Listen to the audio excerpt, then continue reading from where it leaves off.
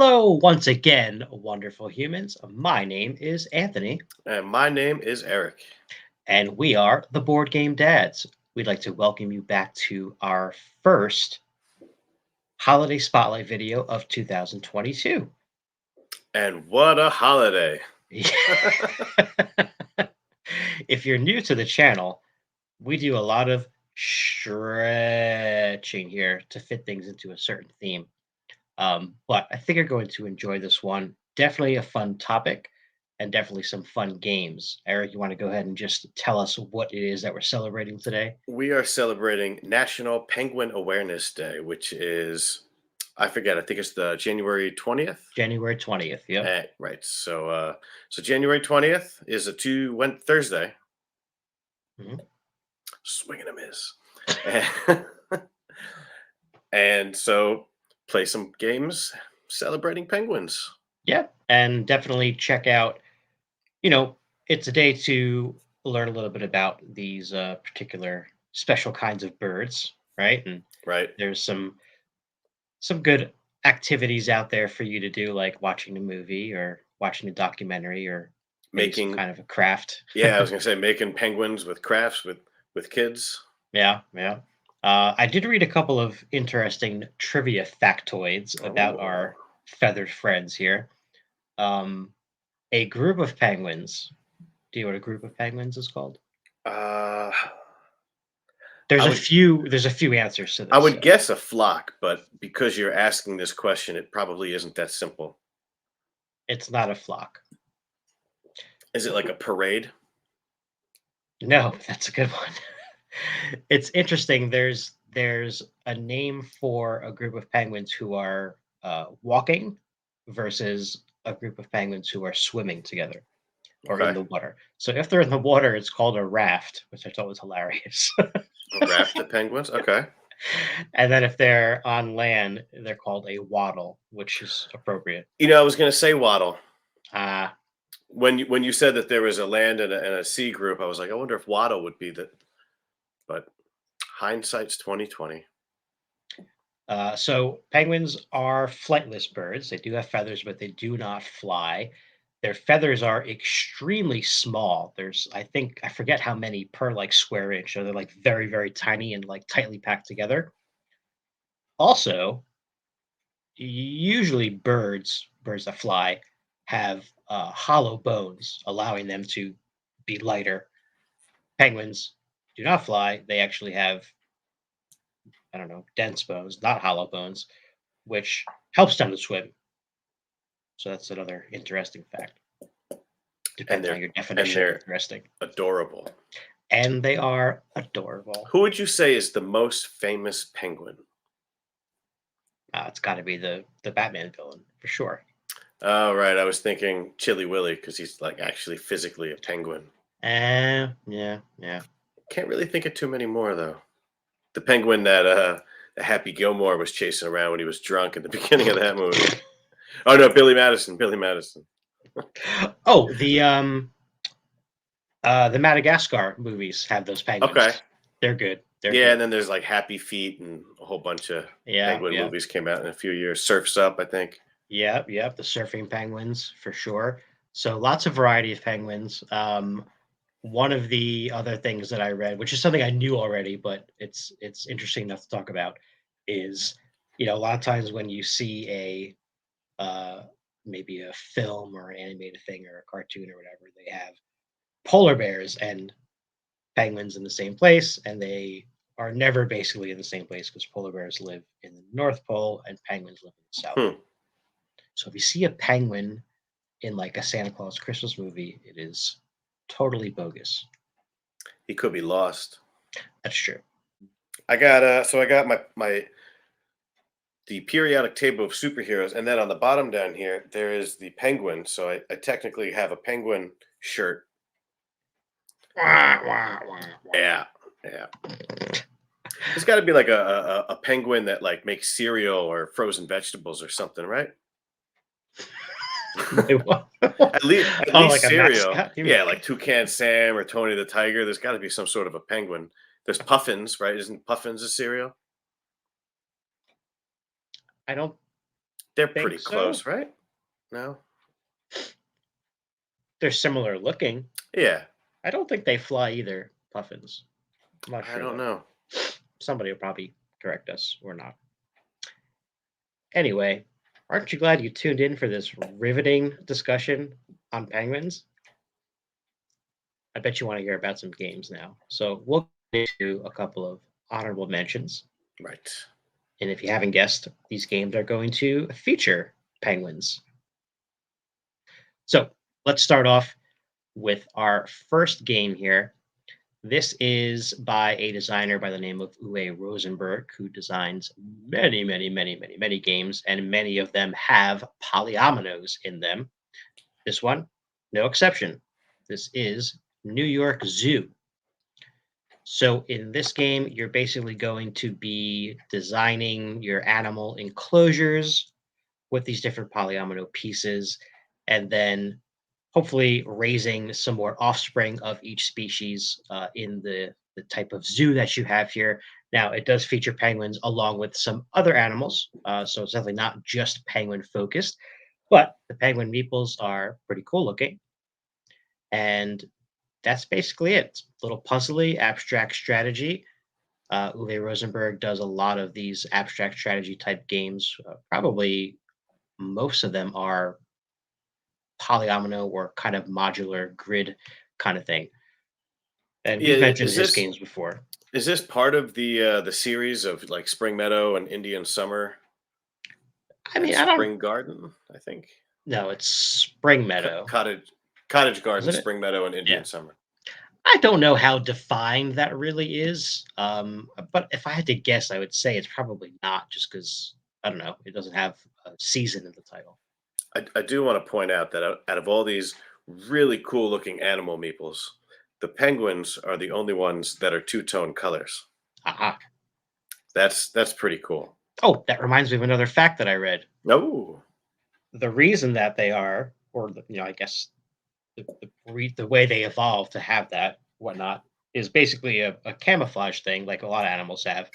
But because they swim and are on land, so if they're in the water, basically the white underbelly is for them to blend in to the brightness of looking up to the ocean surface if you're a predator from below, and if you're a predator from above, say some kind of a bird, I would guess, then they're black on top, so increase the darkness of looking down into the water. It's like a double camo kind of thing. cool. And they look cool, like they have little tuxedos on. Yeah. All right, what's your first honorable mention? This game is called Pyramid of Penguin. And Penguin. Penguin. Got it. And it's published by Brain Games, and it's a re-implementation of a game called Curse of the Mummy, which I've never had a chance to play, so I really couldn't speak for that. But it's a 2 to 5 player game, and it plays in 30 to 45 minutes or so. And it's one versus many. So on one side of the board, you have a bunch of Mm. penguins, and these are this is, as you can see on the game. This is in the same universe as Ice Cool, a game that is also about penguins. Maybe we'll get to that one. Anyway, so on one side you have this team of penguins that are trying to run around and get treasures, and you have this board sort of like Battleship. So you're kind of like back to back, and you can't see what the other player is doing. And then on Mm. the other side is the penguin who's trying to capture them all, and they're moving on this board. And the pieces are magnetic, so if all of a sudden the penguin queen catches somebody, it'll show. That's Yeah, cool. it is cool. It sounds cool. I worry that the person playing the penguin can sort of just see where everybody's hands are going Mm. and figure out kind of where the penguins are. Yeah, I guess that's kind of a fault in, I guess, in even Battleship, if you really pay that much attention to what your opponent's doing. Right. But otherwise, Pyramid of Penguin, it looks cool. It's got a cool looking board. It's got, I like it when they can use the box as part of the game board setup. I think that's Yeah, always a yep. cool thing. Yeah, and magnets are awesome. So Right. usually magnetic games are pretty fun. And it's a kids game. I think it's ages 6 and up. I'm not sure. All right, on to a major pick here. My first game is also an abstract strategy game, although it is definitely smaller, less table presence than New York Zoo. And this one's called Hey, That's My Fish. Hey, That's My Fish is by designer Gunter Cornet and Alvidas Jacquelunas. Sure, I'm butchering that, so apologize That to was those folks. that was a nice effort, though. I'll Oh, give thank you you. that. Thank you. And there's some artists as well that I will not try to butcher their names, although I guess I should since I did the designers. Francois Bruel, Sylvian Decow, and Bird Notke. A lot of companies have published this game. The version I have is from Fantasy Flight.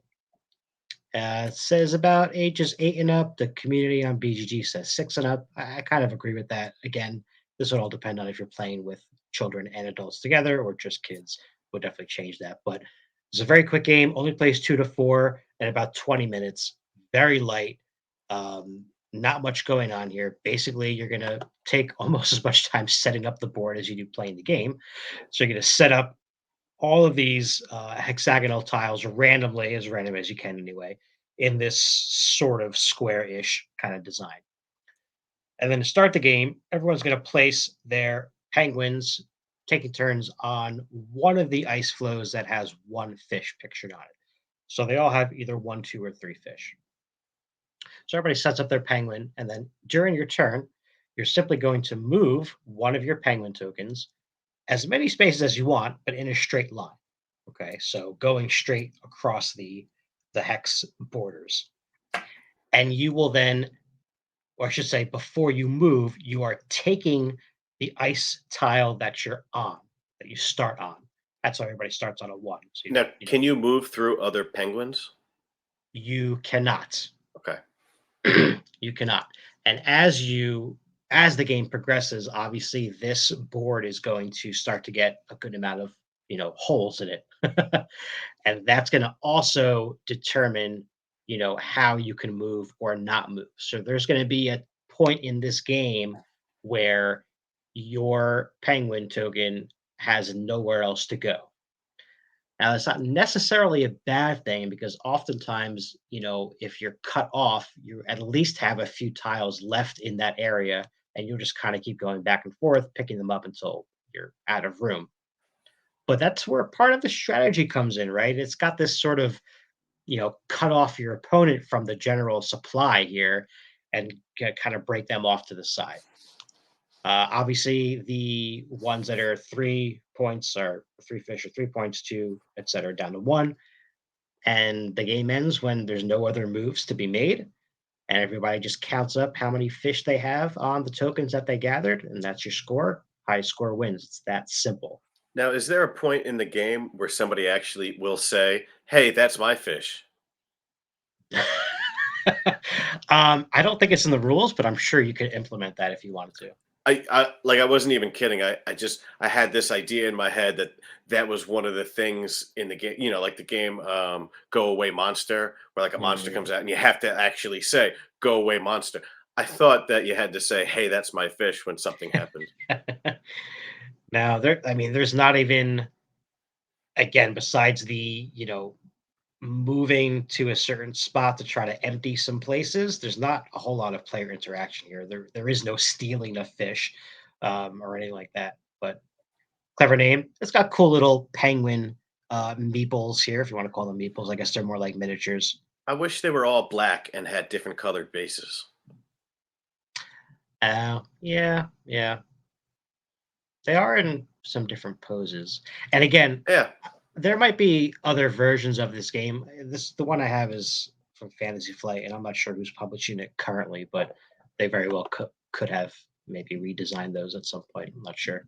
I just bought that game for my niece, and Oh, I you haven't did. given it Perfect. to her yet. COVID, but soon, hopefully, she'll like it. Nice. Yeah, it's. I mean, it's really easy. Obviously, like I said, it's I'd say it's a quick setup. It's not super quick. That's like kind of a tedious part, but it doesn't take that long. And I mean, it's in such a small box, so also makes a good stocking stuffer for that reason. All All right, right. that's my pick. So my pick, our final pick, is if you couldn't tell by Pyramid of Penguin, it's Ice Cool. And so again, this is the same, I guess, penguins that are in Pyramid of Penguin, but in this one, they're in school and there's a hall monitor and he's trying to catch him. And it's by Brain Games and it was designed by Brian Gomez. It's 2 to 4 players, plays in about 30 minutes, and this one plays ages 6 and up. Mhm. So it's a dexterity game where you're flicking. That's really it. You're flicking these little penguins and you're trying to hit other penguins, or you're trying to get them through these doorways where you get a fish, and meanwhile, stay away from the hall monitor who's trying to get penguins. So each round, everybody will get a chance to be the hall monitor, and then depending on how many players, 2 or 3 turns to just run around staying away from the hall monitor trying to get fish. And it's got a really cool board. Mhm. Each one of these is like a little insert that fits inside of one, and that's how you put it all away. And you just take it out, you use these little fish as like clothespins, you put it all together, and it's cool. And it's not easy. Oh no, definitely not. You can flick the penguin straight if there's another one straight ahead of you and you're trying to get him. Sure. But there's other ways of trying to flick these things. You can try to flick them off to one side, and then if you do it right, they'll start to curve towards that side. So there's like little trick shots that you can try and do. And then if you flick them real hard, on the back of their head, they'll They they'll might jump. yeah, physics I somehow will allow them to jump across the board and maybe hit another penguin. Maybe he'll go flying off the board. It Mhm. happens, but it's cool. So just to clarify, the way that these little tokens are, they're weighted on the bottom, so they're kind of like those Weeble toys that they're not Yeah, going to fall over. they're little wobblies Yeah. like that, like the punching bag you have as a kid that just kind of comes Yep. back up. Yep. Yep. Yep. And there is also, we should mention, there is an Ice Cool 2, Right, there is. which I, besides the artwork, I don't think changes gameplay at all. But Okay, I haven't played that one. I do know that you can combine them. So you can combine Ice Cool and Ice Cool 2 and just make a really, really giant setup. Oh yeah, that's right. I forgot about that. Yeah. That's cool. And in fact, there is an extra large version of this game um, that has same concept. I think there's Well, you got to oh, let go and like kick them. no, you still flick it, but it's like it's probably like maybe 4 times the size of the normal size. Oh, so it's still going to fit on a table. Yeah, but it's going to be a Okay. pretty big table because this is I not a thought this small was like game. something that you see at a convention where, like, there's these giant penguins and you just go and kick them in the ass. I mean, kick them in the rear end, and and then try to see if they'll curve around the corner and hit some other giant penguin. Yeah, this game's really fun. We always talk about how does a game play with family with kids, and this one for sure. I think because it's just a flicking game, it kind of does even the playing field. Like I think a kid can do just as good as an adult, if not better, because there's a lot of what ifs involved in this game. Yeah, you can like I used to be really good at this. We played this, a bunch of times within like a year, and I got really good at it. And my wife she was okay, and so I would be doing these trick shots and getting her from across the thing and having it curve around and then we put it on the shelf for a while. I hadn't played it for a while, and I just took it out recently for this video, Hmm. and I had to do some practicing. I had to try to get these guys to curve. It didn't come back naturally. It took a little bit. Can be a little painful too after a while with the It finger, can be, but but that's ice cool. that's high school. Quick game. Talk about a table presence. Like this is a game that if you have this game out somewhere in public, people are going to come over and look at it. And you can easily say, "Here, try the game," and Oh yeah. that's it. There's no teaching involved, right? It's like try to get this penguin through this hole. Go. That's it. The rules are extremely simple. Yep. So A plus, highly recommend Ice Cool or Ice Cool 2. I'm pretty sure they're the same thing. And that's all we got, folks.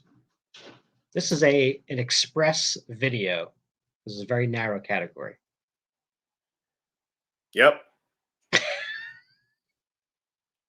However, if you know of any games that feature penguins prominently that we didn't mention, please let us know in the comments below. We really Even would though appreciate it. New York Zoo didn't really feature them prominently, it's just so cool looking. Yeah.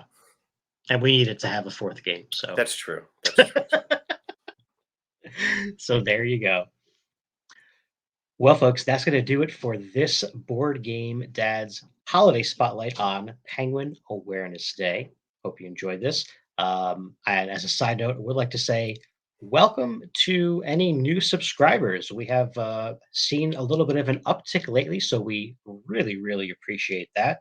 Hopefully, you stick around for some other holiday spotlights, as well as some other top tens and some Kickstarter reviews at Day. some point. Kickstarter Day coming up. That's right. So be on the lookout for that. And that's pretty much all I got. Eric, anything you want to say before we close the doors on the Penguins? Happy Penguin Awareness Day. I mean, I don't know how to celebrate that other than playing penguin games. Play these games and go watch Happy Feet or March of the Oh, okay, Penguins true. or something like that. March of the Penguins would be a great one to have on in the background while Yeah. playing games because it's a documentary. It's not like there's not a plot to it, and the soothing sounds of Morgan Freeman. I mean, how can you argue with that? Isn't Gilbert Gottfried in that too? He's not that soothing. That's Happy. That's the cartoon. Oh, okay. No, no, it's not the cartoon. He's in like a live action one, like where they just do voices for the penguins. March of the Penguins. Is that what you said? I don't think March of the Penguins has voices for the Penguins. I think it's just Morgan Freeman narrating, Hmm. but I could be wrong. Well, if you I are don't wrong, think I am.